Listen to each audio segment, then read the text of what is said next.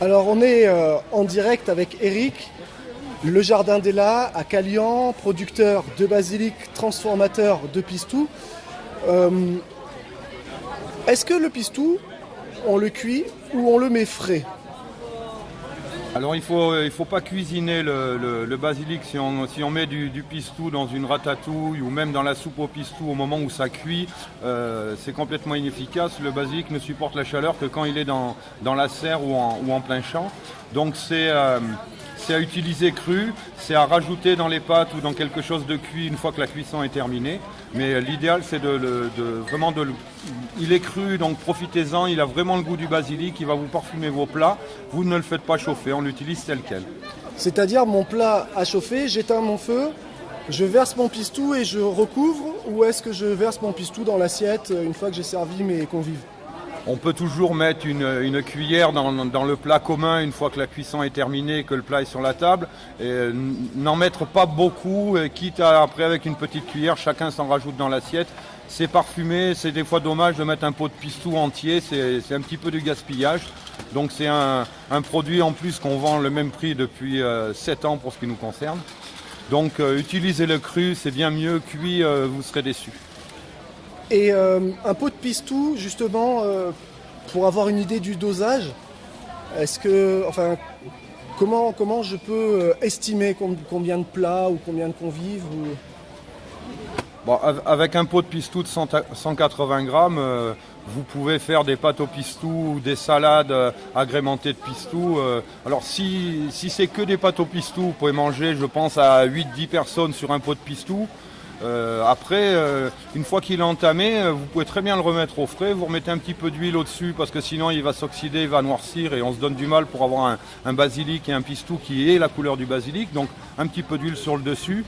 Mais un pot de pistou pour un repas à 8 ou 10, bon, c'est clair que ça ne va pas faire l'essentiel du repas, mais en accompagnement, même pour rajouter une salade verte plutôt que la classique vinaigrette, vous mettez du pistou à la place, ça fait le même effet, rallongé avec un peu d'huile.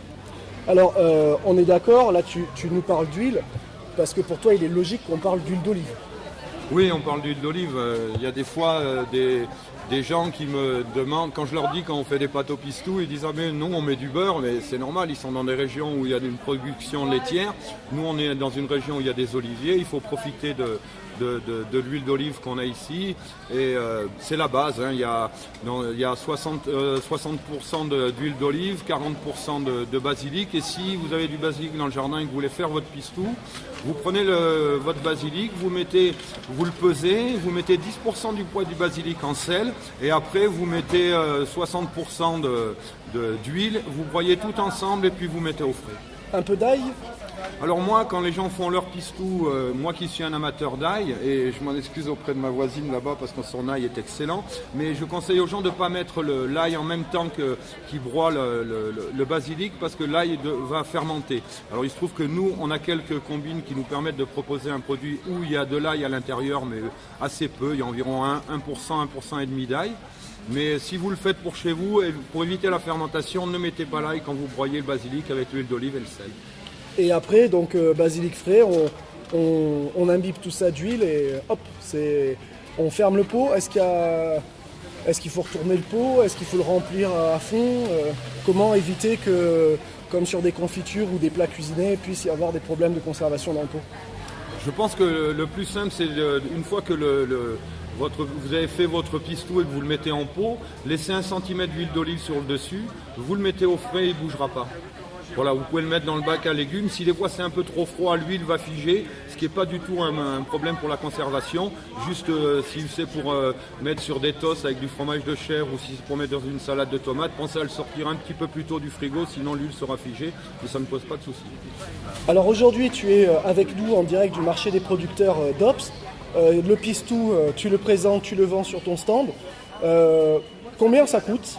Et est-ce que ça s'achète au pot? Est-ce que ça s'achète au lot? Nous, le pot il est à 6 €. Après, comme je te disais tout à l'heure, ça fait 7 ans qu'on a les mêmes tarifs. Donc ce qu'on fait, c'est si les gens prennent 2 pots, on enlève 1 €, donc ça fait 11 au lieu de 12. 3 pots, ça fait 16 au lieu de 18. Voilà, on n'est pas là pour, entre guillemets, on est là pour montrer aux gens que les producteurs sont quand même responsables et que bien souvent, les gens s'imaginent pas, mais ils achètent des fois sur des marchés de la marchandise qui est achetée dans des grandes surfaces style métro ou autre, et où le rapport qualité-prix est assez hallucinant. Donc nous, c'est marqué dessus, c'est 180 grammes, c'est 6 €.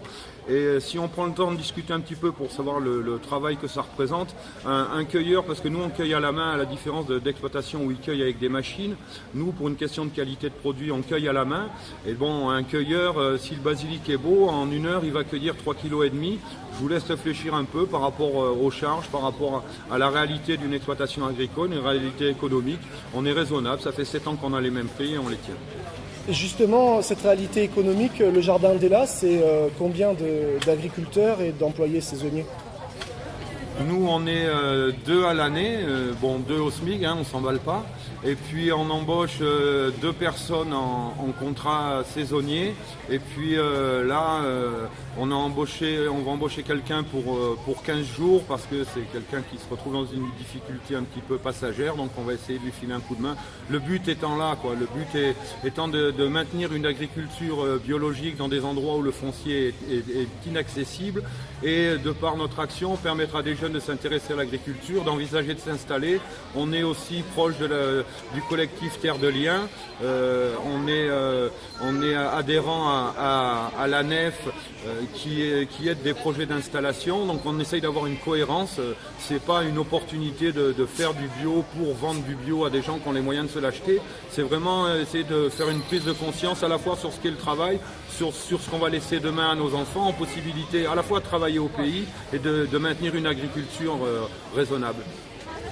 Merci beaucoup Eric pour ton témoignage. Donc je rappelle Eric, le jardin d'Ella, situé à Calian sur le canton de Fayence, ici présent sur ce marché des producteurs de pays. Je vous invite à visiter son stand. Merci beaucoup pour ce témoignage très riche.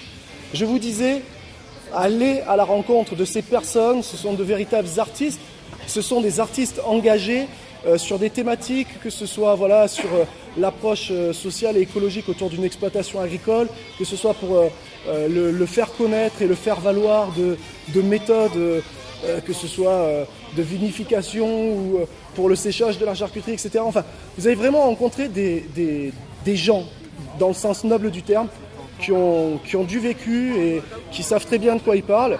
Et ce que je trouve magique sur ces marchés, c'est ce lien entre le produit et la vie des personnes qui conçoivent et qui distribuent ces produits.